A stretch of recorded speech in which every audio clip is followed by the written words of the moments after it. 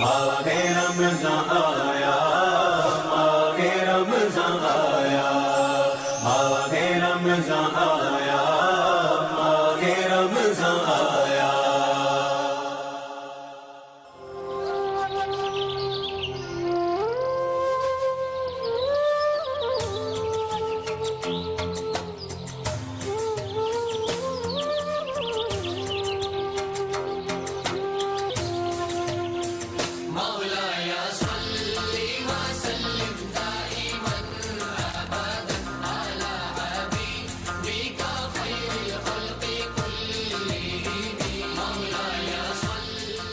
قوم ایک، مذہب ایک، سجدہ ایک ہستی کو، مانا خدا کے آخری نبی کو۔ محمد سید الکونین والثقلین، محمد سید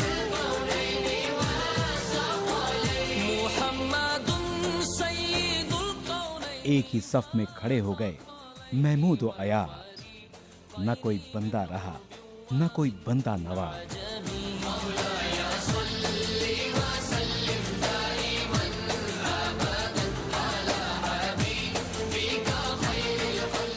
یہ ماہ رمضان ایک انعام کی صورت ہمیں ملا ہے، جہاں ہم سمجھیں گے ایک دوسرے کے تقاضوں کو، جہاں ہم بانٹیں گے خوشیاں اور رونقیں۔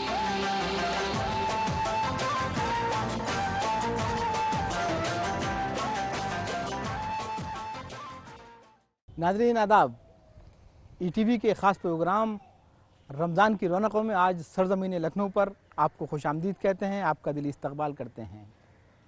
لکھنؤ ایک ایسا شہر ہے جس نے اپنی تاریخ زرعی کارناموں سے لکھی ہے۔ بات چاہے علم و ادب، تہذیب و ثقافت کے حوالے سے کی جائے یا یہاں کے مذہبی تقدس کے حوالے سے، ہر اعتبار سے لکھنؤ نے اپنی منفرد شناخت قائم کی ہے۔ لیکن آج ہم بات کر رہے ہیں رمضان کی رونقوں کی۔ رونقوں کے باقاعدہ جائزے سے پہلے آئیے ایک نظر ڈالتے ہیں اس شہر کے تاریخی اور جغرافیائی پس منظر پر۔ نور خدا ہے چار سو نور خدا، رحمت کی بکھری ہوئی خوشبو۔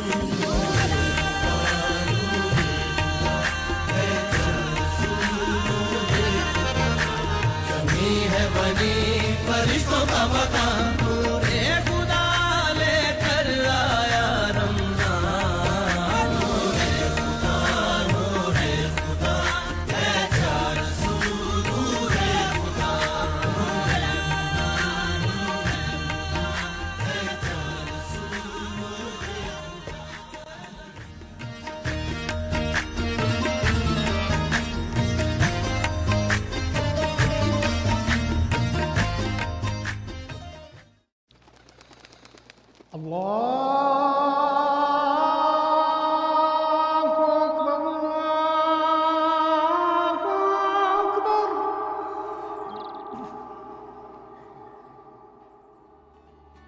علم و ادب کا یہ مرکز یعنی لکھنؤ ایک ایسا شہر ہے جہاں نوابوں، سلطانوں اور مغلوں نے اپنے مسکن آباد کیے۔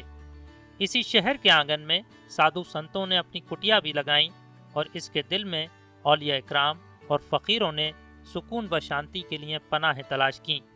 صرف اتنا ہی نہیں بلکہ انقلاب کی داستان بھی اس شہر کی شمولیت کے بغیر مکمل نہیں ہو سکتی۔ جس طرف نظر ڈالیے لکھنؤ اپنی عظمت کا اعتراف کراتا نظر آئے گا۔ تاریخ صرف ماضی کا کھنڈر نہیں بلکہ حال کی شناخت بھی ہوا کرتی ہے اور مستقبل کے لیے روشنی بھی فراہم کرتی ہے۔ اودھ یعنی لکھنؤ نے اپنی تاریخ ایسے انداز سے تحریر کی جس کی گرویدہ ساری دنیا ہو گئی ہے، اور اس روشن تاریخ کو ہندوستانی روایات کا امین بنا کر ایسی سرخی عطا کی گئی جو ہندوستان کی پیشانی اور صفحات پر ہمیشہ جگمگاتی رہے گی۔ دیکھیے، شہر لکھنؤ ہمیشہ سے علم و ادب کا ایک گہوارہ رہا ہے۔ نوابین اودھ اور شاہان اودھ نے اس میں بڑا فروغ دیا۔ انہوں نے اپنے لیے محل کم، امام باڑے، مساجد، روضے، درگاہیں، کربلائیں، مندر، خانقاہیں، یہ سب زیادہ بنوائے۔ اور وہی لکھنؤ کی پہچان ہے۔ آصفی امام باڑہ اگر آپ دیکھیں تو دنیا میں اپنی مثال رکھتا ہے۔ نواب آصف الدولہ نے بنوایا، اس سے پہلے اس کی مسجد آصفی مسجد بنی۔ غازی الدین حیدر بادشاہ نے شاہ نجف بنوایا، جو کہ حضرت علی علیہ السلام کے روضہ نجف کی ایک شبیہ ہے۔ محمد علی شاہ بہادر نے چھوٹا امام باڑہ بنوایا۔ نصیر الدین حیدر بادشاہ نے کربلا بنوائی۔ واجد علی شاہ بہادر نے امام باڑہ سبطین آباد بنوایا۔ لیکن اس میں ایک خصوصیت یہ رہی کہ دینی نقطہ نظر سے بھی بہت کام ہوا اور روحانیت اس میں کافی ہے، اور خصوصاً محمد علی شاہ بہادر نے 1839 میں جب حسین آباد مبارک ٹرسٹ قائم کیا تو اس کی زیر نگرانی یہ ساری عمارتیں آ گئیں، اور اس میں رمضان میں سحری اور افطار کا بہت زبردست اہتمام کیا جاتا ہے۔ اس میں جو روزدار ہیں، جو مومنین ہیں، انہی امام باڑوں کی مساجد میں وہ نماز ادا کرتے ہیں، اور وہیں ان کے لیے افطار کا انتظام ہوتا ہے، وہیں ان کے لیے سحری کا انتظام ہوتا ہے۔ یہ ٹرسٹ کی طرف سے ہوتا ہے، اور یہی شاہ نجف میں بھی ہوتا ہے، اور جو بھی شاہی مساجد ہیں وہاں بھی حسین آباد ٹرسٹ کی طرف سے یہ اہتمام کیا جاتا ہے۔ لکھنؤ نے جن تہذیبی اور سماجی قدروں کو جنم دیا ان میں نفاست، شائستگی اور لطافت تو تھی ہی، ساتھ ہی اتفاق و اتحاد کے ایسے جذبے بھی شامل تھے جو ہندوستان کی گنگا جمنی تہذیب کے امانت دار بھی ہیں اور گواہ بھی۔ علم و ادب اور تہذیب و ثقافت کے نمائندہ اس شہر کی شناخت کے کئی معتبر حوالے ہیں۔ نہ اس شہر کی قدیم تاریخی وراثت کو نظر انداز کیا جا سکتا ہے، اور نہ اس کے مذہبی تقدس اور اہمیت سے ہی انکار ممکن ہے۔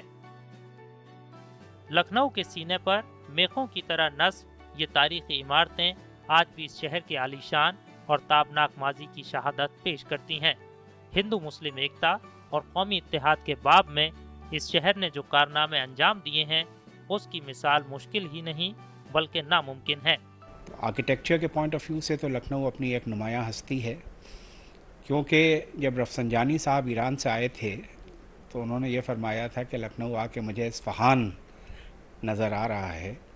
اور لکھنؤ کی ایک خصوصیت یہ ہے کہ جتنے مختلف ورائٹی کے گنبد و مینار کسی ایک شہر میں جو لکھنؤ میں ملیں گے وہ پوری دنیا میں نہیں ملیں گے۔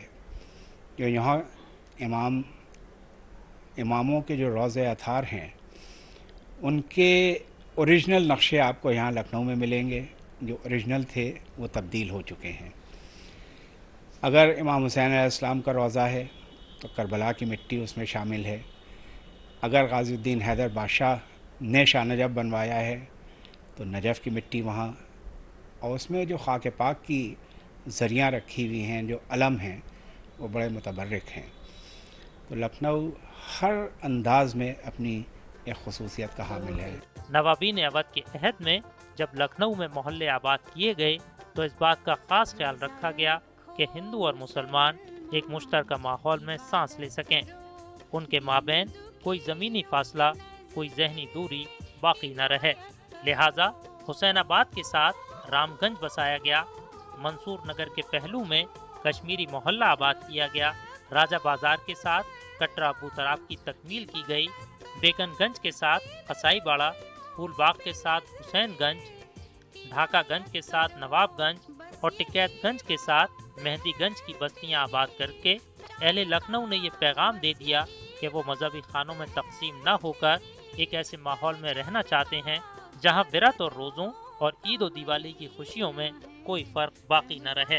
دیکھیے، لکھنؤ اپنی زبان کے لیے، اپنی آداب و تسلیمات کے لیے، اپنے اخلاق کے لیے، اپنی وزاداری کے لیے، اپنی رواداری کے لیے، اپنے مزاج کے لیے، پہلے آپ کے اس کلچر کے لیے، اس سیکریفائس کے لیے جو دوسروں کے لیے ہوتی ہے، اس کے لیے جانا جاتا ہے۔ چاہے وہ دسترخوان ہو، یہاں جو ورائٹی آپ کو غذاؤں کی ملے گی وہ دوسرے شہروں میں نہیں ملے گی۔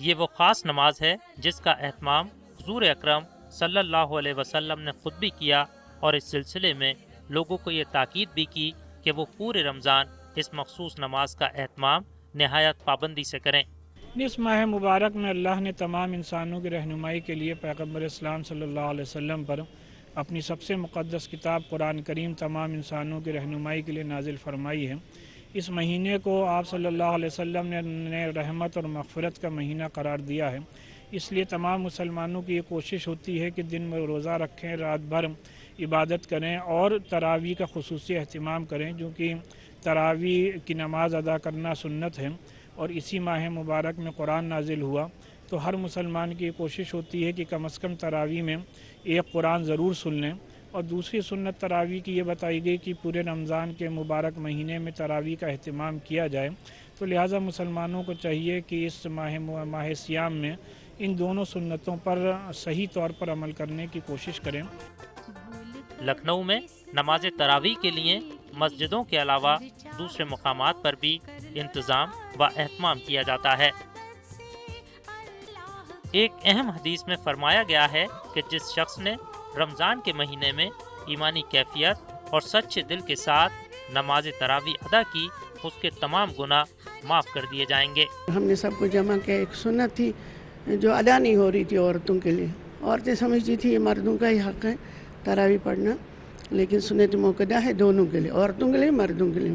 تو اس سنت کو قائم رکھنے کے لیے اور زندہ کرنے کے لیے ہم نے دو چیزیں کی ہے لائف میں، ایک اعتکاف، عورتیں وہ بھی نہیں جانتی تھیں، تو اب الحمدللہ بہت سی عورتیں اعتکاف میں بیٹھتی ہیں۔ سب سے پہلا اعتکاف میں نے کیا تھا، اپنے گروپ میں بھی کیا تھا اور اپنے رشتہ داروں میں بھی کیا۔ اب دوسرا یہ ہے کہ تراویح کا ایک دن دماغ میں خیال آیا کہ میں تراویح کروں شروع۔ یہاں ہم قریب 4 عورتیں تھیں، بالوڈے بستی کی 4 جو پڑھی لکھی تھیں وہ آتی تھیں۔ ایک صاحب نے ہمارے تو کاموں میں بہت آگے تھے، انہوں نے ایک حافظ عالم کیا تھا رائے بریلی میں ندوے کی، اس کو بلا کے اس نے پہلا دور ہمارے یہاں ہی کیا ہے، دور کے بعد یہاں شروع کیا تھا۔ پھر دھیرے دھیرے 2-3 مرد بھی آنے لگے۔ اب الحمدللہ اتنی عورتیں ہیں کہ ہمیں یہ حال چھوٹا لگ رہا۔ سب آئے ہیں، سب بڑی بڑی عورتیں آتی ہیں، اچھی پڑھی لکھی عورتیں آتی، سائنٹسٹ آتی، پروفیسرس آتی، ڈاکٹرس آتی، بہت اچھی قرأت ہے مولانا کی، سب انجوائے کرتے ہیں۔ ہم لوگ بہت کم پڑھتے ہیں، 1.5 سپارہ، یہ 5 سپارے والے یا مفت مرد لوگ جاتے ہیں، ہم لوگ 1.5 سپارہ پڑھ کے تاکہ حرف بحرف پڑھیں۔ الحمدللہ سے ہم لوگ کا قرآن بھی اچھا ہو گیا اور تجوید بھی اچھی ہو گئی، اور اس کا ترجمہ وغیرہ بھی جو سمجھنا چاہے تو وہ بھی سمجھ لیتا ہے، اور جس کو آتا ہے وہ اس وقت رکعت بھی طاہر ہوتی ہے۔ اعمال صالحہ کے لیے کرتے ہیں، کیونکہ گناہ گار بہت ہی پتہ نہیں کہاں کھلے چھپے ڈھکے گناہ ہوئے ہیں، اس وقت معلوم نہیں تھا، اس وقت تعلیم اتنی نہیں تھی، بعد میں اللہ تعالیٰ نے اس طرح رخ کرایا، بہت پڑھا لکھا اور دیکھا کہ میں کہاں، میں تو کچھ بھی نہیں، زیرو ہوں۔ خیر اللہ کا الحمدللہ کچھ اعمال صالحہ میں چاہتی ہوں جمع ہو جائے۔ ہمارے شوہر بھی بہت انگریز ٹائپ کے تھے، ان کو الحمدللہ اس طرف اس لائن میں آ گئے، حدیثیں اور سیرت النبی پڑھ کے ہی سب زندگی کا احساس ہوتا ہے کہ ہم لوگ ہیں کہاں اور ہم لوگ کو کہاں ہونا چاہیے تھا۔ بہرحال اتنا ہی بہت ہے، اب ہماری اتنی عمر نہیں، آگے جانے کی فکر ہے۔ اس مہینے میں اللہ تعالیٰ نے قرآن کریم کو اتارا، اس کی عبادت کا صلہ بڑھا دیا، اللہ نے ایک لفظ کے بجائے 30 لفظ نیکی عطا فرما دی، جتنی تلاوت، اور تلاوت ہی نہیں، اللہ تعالیٰ نے اس کو سمجھنے کی بھی توفیق عطا کرنے کی ہم لوگوں کو عطا کرے کہ ہم لوگ اس کو سمجھیں اور اس پہ عمل کرنے کی اور قرآن کے اوپر چلنے کی ہم لوگوں کو اللہ تعالیٰ اس کے موضوع کو سمجھنے کی ہم لوگوں کو توفیق عطا کرے، کیونکہ یہ کتاب ایسی ہے اللہ تعالیٰ آپ جس کو سمجھیں گے اتنا ہی گہرائی میں جائیں گے، اس کے کوئی انتہا نہیں ہے، ایک لفظ زندگی کے ہر شعبے کی اس میں اللہ تعالیٰ نے رہنمائی کی ہے قرآن پاک میں۔ رمضان کو ایک ماڈل کے طور پہ ایک امتحان، ایک طریقہ بتایا ہے پورے مہینے میں اللہ تعالیٰ نے رمضان کا، کہ ہم اپنے سال بھر کی زندگی میں اپنے نفس پہ کیسے قابو کریں۔ سب سے بڑی چیز اللہ تعالیٰ نے رمضان میں نفس سے قابو کرنے اور دوسروں کی بھوک کا اور تکلیف کا احساس کرنے کے لیے رمضان کا مہینہ اتارا ہے۔ یہ نہیں کہ ہم بہت اچھی چیزیں کھا لیں، پی لیں، یہ کر لیں، ہم احساس کریں، اور جتنا صدقہ خیرات ہر چیز کی نیکی اللہ کا صلہ بڑھا دیتا ہے، اسی طرح اللہ تعالیٰ گناہوں کے بھی وہ بڑھا دیتا ہے۔ ایک گناہ کریں گے تو اس کا تکلیف بھی زیادہ بڑھا دے گا، گناہ بھی زیادہ غلط کام کا، اس لیے اللہ تعالیٰ سے دعا ہے کہ ہر مسلمان کو رمضان کو اچھی طرح سے سمجھنے اور برتنے کی توفیق عطا فرمائے۔ ساتھ ہی ایک روایت یہ بھی ہے کہ روزہ اور قرآن روزہ دار کی بخشش کے لیے خدا سے سفارش کریں گے۔ اس اعتبار سے بھی روزہ قرب الہی کا بہترین ذریعہ ہے اور ایک عظیم المثال عبادت بھی۔ قرآن وہ ہے جس کے بارے میں اللہ تعالیٰ نے کہا ہے کہ یہ اتنی بڑی عظمت والا کلام ہے کہ اگر اس کو پہاڑوں پر نازل کیا جاتا تو وہ اس کی عظمت کو سنبھال نہ پاتے، ریزہ ریزہ پاش پاش ہو جاتے ہیں۔ لیکن اللہ تعالیٰ نے ہمارے نبی صلی اللہ علیہ وسلم کی زبان سے قرآن کو ادا کر کے جو اس کی بوجھل چیز تھی، جو اس کی عظمت تھی، وہ نبی کے قلب نے روک کر کے اپنی زبان سے جب اس کو ادا کیا تو ان کی امت کے لیے آسان بھی ہوگی۔ بسم اللہ الرحمن الرحیم۔ اِنَّا أَنزَلْنَاهُ فِي لَيْلَةِ الْقَدْرِ وَمَا أَدْرَاكَ مَا لَيْلَةُ الْقَدْرِ لَيْلَةُ الْقَدْرِ خَيْرٌ مِّنْ أَلْفِ شَهْرٍ تنزل الملائكة والروح فيها بإذن ربهم من كل أمر سلام هي حتى مطلع الفجر۔ اس ماہ کی رحمتوں اور برکتوں کا اندازہ اس بات سے لگایا جا سکتا ہے کہ روزہ دار کا ہر سال قدم و عمل عبادت اور نیکی میں شمار کیا جاتا ہے۔ روزہ ایک ایسی عبادت ہے جس کے سبب انسان اپنے نفس کو مغلوب کر لیتا ہے اور اپنے ناجائز خواہشات و جذبات پر قابو پا کر قرب الہی کی طرف گامزن ہوتا ہے۔ میدان حشر میں جب بندہ پہنچے گا تو وہاں نہ کھانا ہے، نہ پینا ہے، نہ کچھ ہے۔ وہ گھبرا کر کہے گا کہ بھئی پالنے والے پورا میدان خالی ہے، یہاں تو کوئی ہوٹل بھی نہیں ہے کہ جہاں ہم جا کے کھا پی لیں جا کر۔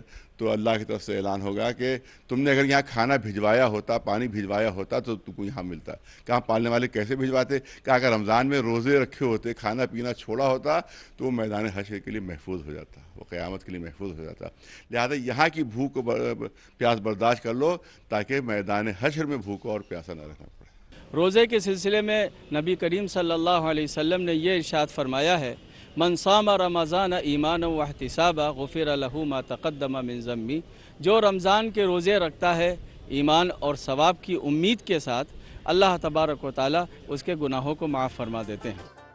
بات چاہے تراویح کی ہو، نوافل کی یا اعتکاف اور فرض نمازوں جیسی اہم عبادات کی، ماہ سیام میں عبادت کے حوالے سے بدلہ منظرنامہ جو کیفیت ظاہر کرتا ہے، اس کا اظہار لفظی طور پر ناممکن نہیں تو مشکل ضرور ہے۔ تلاوت کلام پاک کرتے لوگ اپنے خدا کو خوش کرنے کے لیے اپنا پورا دن اس کی عبادت میں گزار دینا چاہتے ہیں۔ نمازوں کی ادائیگی میں صف بصف کھڑے ہو کر اپنے رب کی ثنا بھی کرتے ہیں اور اپنی جبینوں کو اس کے حضور خم کر کے اس کی عظمت و شوکت کا اعتراف و اعلان بھی کرتے ہیں۔ پہلے عشرے میں اللہ تعالیٰ کی طرف سے اتنی رحمتیں نازل ہوتی ہیں جو آدمی سال بھر میں وہ چیزیں میسر نہیں ہوتی ہیں جو انسان کو رمضان کے پہلے عشرہ میں میسر ہوتا ہے۔ اسی کے ساتھ ساتھ پھر دوسرے عشرے میں بھی اللہ تعالیٰ کی بہت ہی رحمت اور برکت نازل ہوتی ہے۔ تیسرے عشرے کے بارے میں فرمایا کہ وہ انسان کون ہے جو اپنے گناہوں سے مغفرت چاہتا ہے۔ یہ تین عشرے ہیں جس کو ایک رحمت کہا گیا ہے، دوسرا برکت، تیسرا مغفرت۔ مہینہ جیسا کہ سب لوگ جانتے ہیں جس قدر برکتیں نازل ہوتی ہیں، اللہ کی طرف سے جو طاقت، جو قوت، جو ہمت ملتی ہے وہ عام دنوں میں نہیں محسوس ہوتی ہے۔ جیسے کہ روزہ رکھا ہے ہم لوگوں نے اور دن بھر نہ پانی پیتے ہیں، نہ کھانا کھاتے ہیں، کچھ نہیں کرتے ہیں، سارے کام روزمرہ کے کام جو جیسے چل رہے تھے ویسے ہی نپٹانے ہوتے ہیں. آج کل جیسے کہ جتنی گرمیاں ہیں اس میں اگر آپ 15 منٹ بھی باہر رہیں اور آپ کو پیاس کی شدت محسوس ہونے لگے گی، لیکن رمضان المبارک کے مہینے میں اللہ کی طرف سے جو طاقت ملتی ہے ہم لوگ کو، جو قوت ملتی ہے، جو ہمت ملتی ہے، جس سے ہم لوگ پورا دن بھر باہر رہتے ہیں، ویسے ہی جیسے عام دنوں میں، اور ہم لوگوں کو ذرا سے بھی احساس ایسا نہیں ہوتا ہے کہ پانی پینا ہے یا کھانا کھانا ہے. 50 سال سے لگاتار روزانہ لنگر کا اہتمام رہتا ہے، اور خاص کر افطاری کے ٹائم پہ غریب غربا اور مسکین اس طریقے کے لوگوں کو بلا کر کے افطاری کا اہتمام ان کے لیے کیا جاتا ہے. یہ حقیقت ہے کہ وہ لوگ نہایت ہی کم نصیب ہیں جو رمضان کے اس مسعود اور مبارک مہینے میں روزہ رکھنے سے گریز کرتے ہیں، مگر یہ امر بھی حقیقت پر مبنی ہے کہ وہ لوگ بہت ہی خوش نصیب ہیں جو اس ماہ میں خدا کی عبادت کو ذریعہ و وسیلہ بنا کر اپنی دنیا و عاقبت سنوارتے ہیں. ناظرین، آپ حیرت کریں گے کہ ان خوش نصیبوں میں صرف مسلمان ہی نہیں بلکہ وہ ہندو بھائی بھی ہیں جو روزہ رکھ کر روحانی فیض بھی حاصل کر رہے ہیں اور خدا اور اس کے رسول کی مدد سے ذہنی اور قلبی سکون بھی حاصل کر رہے ہیں. جب آدمی کا من کنٹرول میں ہو جاتا ہے، اس کو شانتی پراپت ہو جاتی ہے، اور جو روزہ میں رکھتے ہیں تو اس کے من میں یہی بھاونا ہوتی کہ سبھی سکھی ہوں، سبھی نروگی ہوں، کوئی دکھ کا بھاگیدار نہ بنے، سب کا کلیان ہو، یہ بات ہوتی ہے. تو اسی لیے یہ روزہ رکھا جاتا ہے. اب تو بھائی سنسار ہے تو سب طرح کا رہتا ہے. ہاں یہ ہے. تراویح کے پیریڈ میں جیسے چٹائیاں بچھانا ہوا، بجلی کام ہوا، اے سی چلانا ہوا، اور ٹھنڈے پانی کا کولر لگانا ہوا، اس کا سارا دیکھ بھال میں اپنی ایمانداری اور محنت سے کرتا رہتا ہوں. مجھے کیسا لگتا ہے جب آپ یہ کام کرتے ہیں؟ مجھے کام کرنے میں بہت ہی اچھا لگتا ہے اور بڑی محنت سے میں کرتا رہتا ہوں.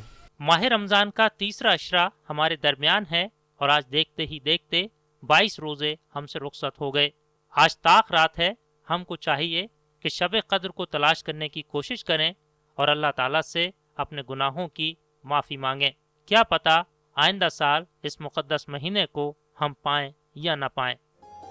ماہ رمضان، ماہ رمضان، ماہ رمضان، ماہ رمضان، ماہ رمضان، ماہ رمضان، ماہ رمضان، ماہ رمضان. سج گئے در و دیوارے رمضان السلام، سب خوش ہے اس قدر قدردان السلام.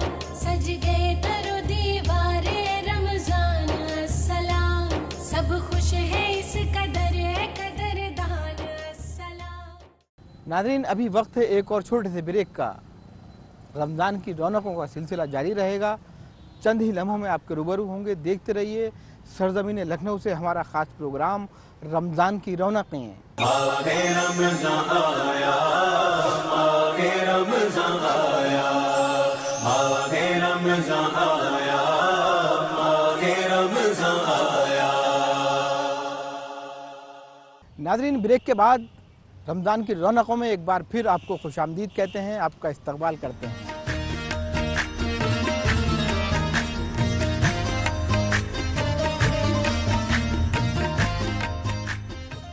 افطار کی دعوت کا اس طرح مزہ لینا، افطار کی دعوت کا اس طرح مزہ لینا، افطار کی دعوت کا اس طرح مزہ لینا، افطار کی دعوت کا، افطار کی دعوت کا اس طرح مزہ لینا، اس طرح مزہ لینا، اس طرح مزہ لینا. بستی کے غریبوں کو دعوت میں بلا لینا، بستی کے غریبوں کو دعوت میں بلا لینا. پرانے لکھنؤ کے بیشتر علاقوں میں وقت سحر میں عجیب رونق رہتی ہے. ذائقہ نوشی اور لطف اندوزی کا سلسلہ شروع ہوتا ہے کشمیری چائے سے اور تمام ہوتا ہے لکھنؤ کے ان مخصوص کھانوں پر جو کبھی یہاں کے دسترخوان کا اہم حصہ رہے ہیں. شامی کباب، سیخ اور گلاوٹ کے کباب، چکن تندوری، مٹن بریانی، یہ کھانا تو لوگ عام دنوں میں بھی تناول فرماتے ہیں، لیکن جب بات رمضان کی ہے تو روزہ داروں کی مخصوص غذا تو کلچہ نہاری ہی ہوتی ہے۔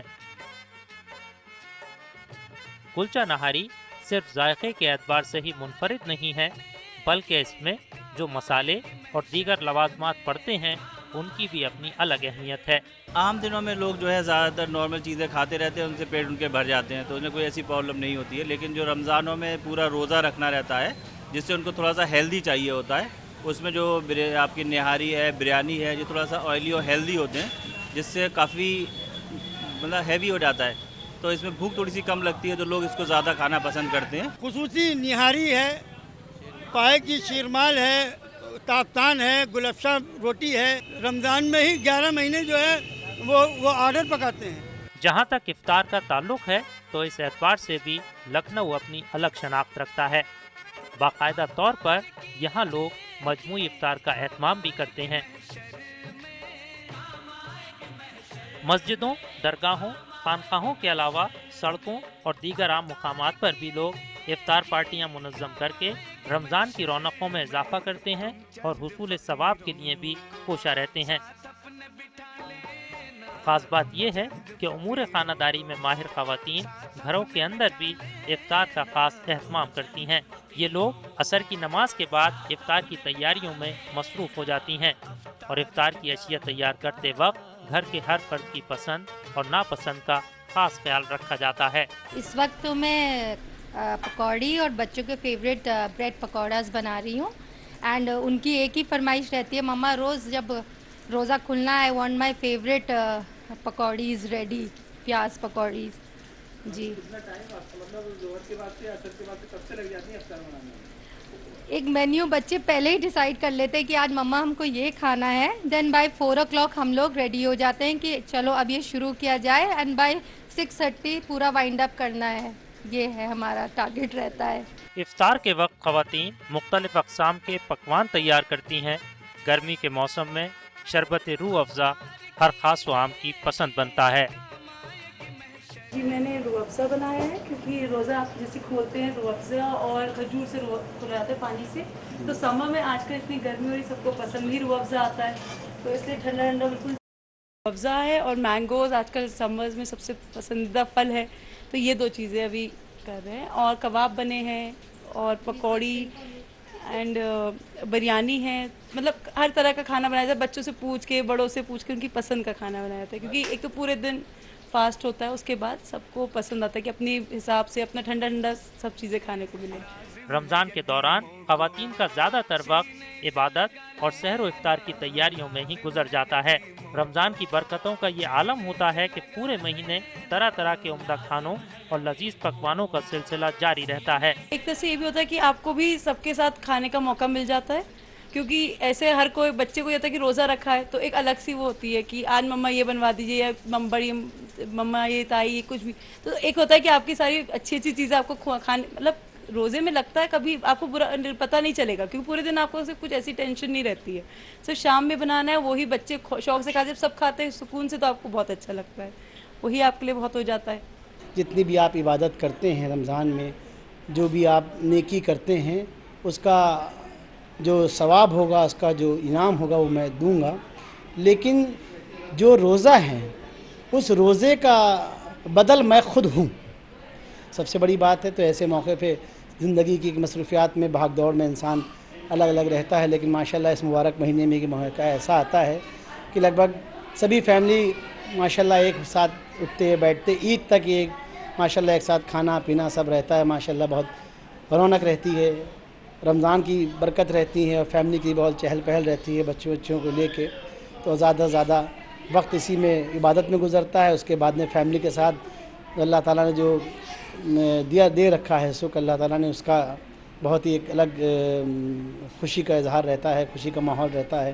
افطار کی تیاری اور پھر افطار سے پہلے یعنی عصر و مغرب کے درمیان عبادت کا مرحلہ کہا یہی جاتا ہے، بلکہ یوں کہا جائے کہ معتبر حدیثوں سے معلوم ہوتا ہے کہ افطار سے قبل کا وقت دعاؤں کی مقبولیت کا وقت ہوا کرتا ہے، اسی لیے اس مذہبی روایت کی پاسداری کے لیے تمام لوگ افطار سے پہلے دعاؤں کا خاص اہتمام کرتے ہیں۔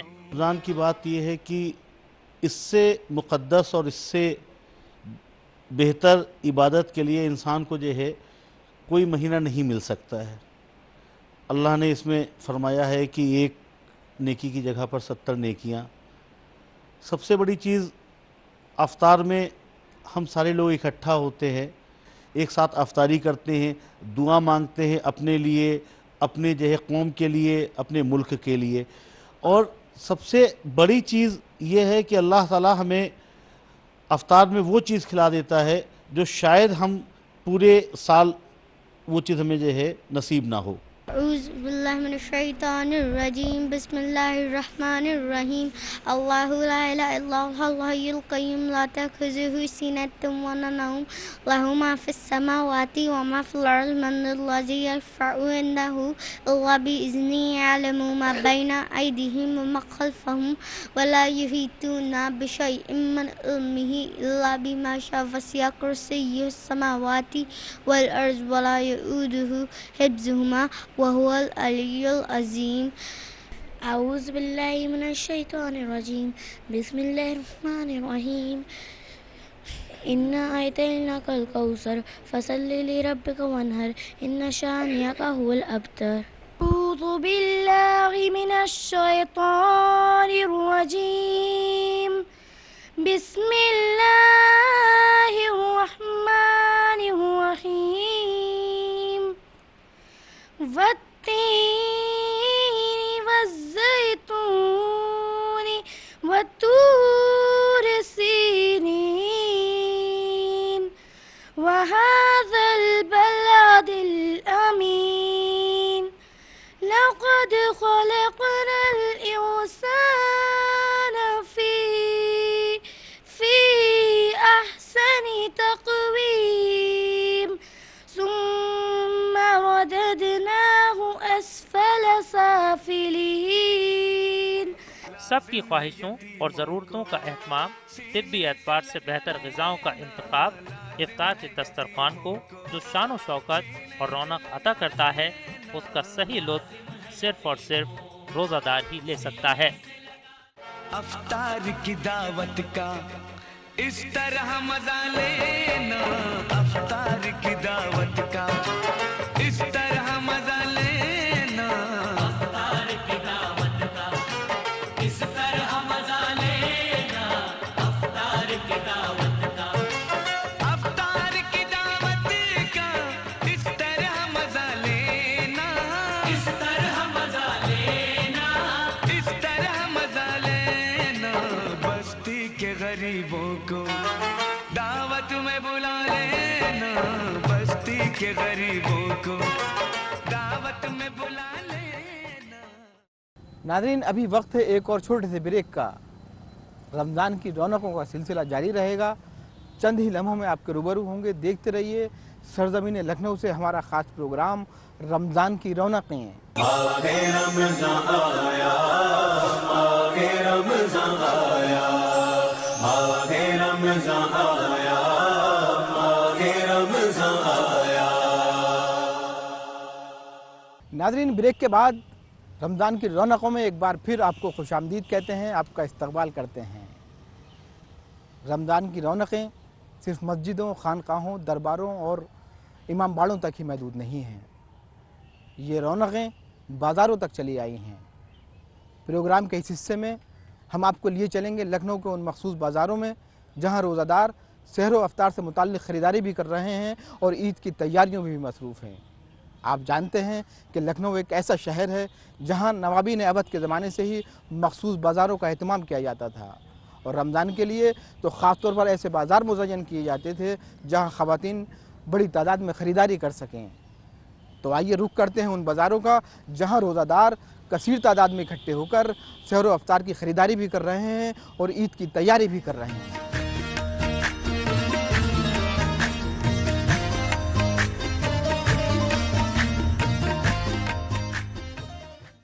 برکتوں کا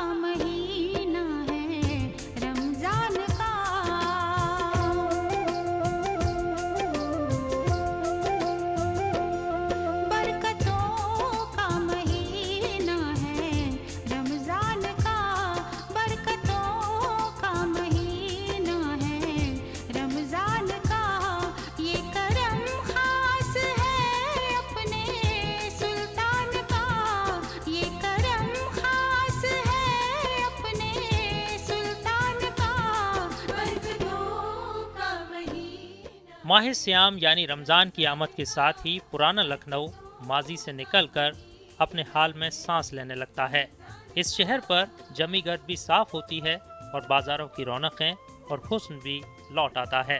لکھنؤ کے بازاروں پر صرف ایک قائرانہ نظر ڈالیے، آپ کو محسوس ہوگا گویا پورا لکھنؤ بازار میں آ کر جمع ہو گیا ہے۔ جس طرف نظر ڈالیے خریداروں کا ہجوم اور دکانداروں کی پرمسرت مصروفیت۔ رونقوں کے عروج کا یہ سلسلہ گزرتے روزوں کے ساتھ مزید بہتر اور دراز ہوتا رہتا ہے۔ پوری رات انسان عبادت میں گزار دیتا ہے، کیونکہ یہ مہینہ بہت ہی مقدس مہینہ ہوتا ہے۔ اس میں ایک ایک اشرہ عبادت، ایک اشرہ مغفرت۔ تو پہلے اشرے میں تو انسان نکلتا نہیں ہے، سوچتا ہے کہ جو ہماری دعائیں ہیں اسے پوری کر لیں، کچھ اللہ سے ہم نے کوئی غلطیاں کری ہیں اس کی معافی کر لیں، معذرت کر لیں۔ اس کے بعد پھر گھر اور رشتہ داروں میں افطار کا سلسلہ شروع ہوتا ہے، آدمی اس میں بزی ہو جاتا ہے۔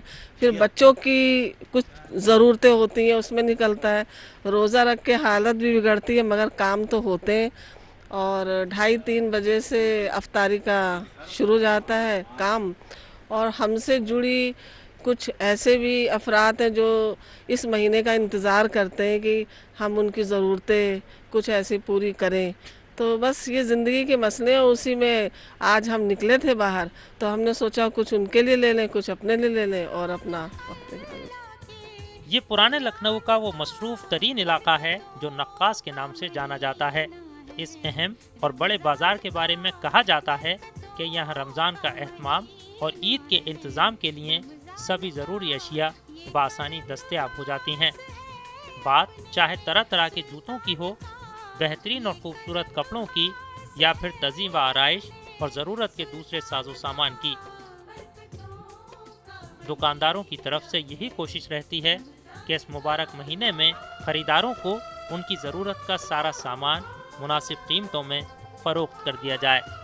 یہی وجہ ہے کہ اس خاص مہینے میں خرید و فروخت کا تناسب دوسرے مہینوں کی بنسبت کئی گنا بڑھ جاتا ہے۔ ماہ رمضان کا مہینہ میں جو ہے سب سے زیادہ استعمال نیچرل عطر کا ہوتا ہے، کیونکہ عام دنوں پہ لوگ پسند کرتا ہے الکوہلک چیز، اور اس میں رمضان مہینہ میں جو ہے یہ بغیر الکوہلک چیز کا استعمال زیادہ ہوتا ہے، کیونکہ اس میں سنت ہے۔ الکوہلک والا چیز میں نماز بھی نہیں ہوتی، اور خاص طریقہ سے ہمارا کمپنی کا سب سے فیمس آئٹم جو ہے سماما کا کنگ جو ورلڈ میں فیمس ہے، اس محمد یعقوب کا نام سے جانا جاتے ہیں۔ سماما ہے، گلاب ہے، روح خاص ہے، روح گلاب ہے۔ اس مہینہ میں اس کا استعمال سب سے زیادہ ہوتا ہے، کیونکہ یہ نیچرل ہے اور نیچرل چیز کا ہی سنت ہے۔ اسپیشلی ہم لوگ آج کل جو ہے گاؤن سوٹ بہت زیادہ ٹرینڈ میں ہے، مطلب کسٹمر کچھ یونیک چاہتا ہے تو ان کے لیے ہم لوگ نے بہت تیاری کر کے رکھی ہوئی ہے کہ جو ہے جو کسٹمر آئیں تو ان کو بالکل اب کی بالکل ان ٹرینڈی چیز دیں، تو اس میں بالکل لیٹسٹ گاؤن سوٹ ہم لوگ جیسے چل رہے ہیں وہ کسٹمر بہت یہاں پہ ڈیمانڈ کر رہا ہے۔ دوسرے پاکستانی سوٹ وہ ہم لوگ بہت ٹائم سے بیچ رہے ہیں، اور ہمارے پاس اب اوریجنل پاکستانی سوٹ ہیں، جیسے مریمس ہیں آپ کے، ثنا صفیناز، گل احمد۔ تو یہ 2-3 ورائٹی ہیں جو ہمارے ہی پاس ملتی ہیں خالی بیسکلی جو ہے، اور لکھنؤ میں زیادہ تر اسٹور پہ نہیں ملتی۔ اور بھی فینسی سوٹ کی ورائٹی رہتی ہے، اور جیسے آپ کے لہنگا غرارہ بھی رہتا ہی ہے، تو ہماری شاپ شروع سے ہی فیمس ہے اس چیز کے لیے۔ کہتے ہیں کہ اگر عید کی خوشیوں میں حنا کے رنگ، چوڑیوں کی کھنک اور سیویوں کی مٹھاس نہ شامل ہو تو یہ خوشیاں ادھوری سی لگتی ہیں۔ لکھنؤ کے بازاروں میں کئی اقسام کی سیویاں دستیاب ہیں۔ اس کو بنایا جاتا ہے تو اس کی میدے کی جو مٹھاس ہے وہ مشین سے اڑ جاتی ہے، باقی تھوڑی بہت جو بچی وہ بھٹی کے اندر سے چلی جاتی، تو جو حقیقت میں ذائقہ ہونا چاہیے وہ نہیں ہوتا، خالی سمئی ہے۔ ہاتھ والی میں ہوتا ہے، مگر وہ کہاں اب یہاں، اب تو وہ 100 روپے کلو بھی نہ ملے۔ ہاتھ میں وہ پہلے وہ چکنا پٹرا ہوتا تھا، اس پہ عورتیں مشین پلنگ میں باندھ کر 3-4 عورتیں اور میدے آٹے کو چھانتی تھیں، اور چھان کر تب اسے گوندھ کر لوئی بنا کر جب مشین میں ڈالتی تھی تب وہ نکالتی تھی، تو اس میں بھاپ تو نکلتی نہیں، تو اس کی مٹھاس قائم رہتی تھی۔ خواتین کی نگاہوں کا مرکز ایسی بہت سی اشیاء ہوا کرتی ہیں جو رمضان کی ضرورتیں پوری کرنے کے ساتھ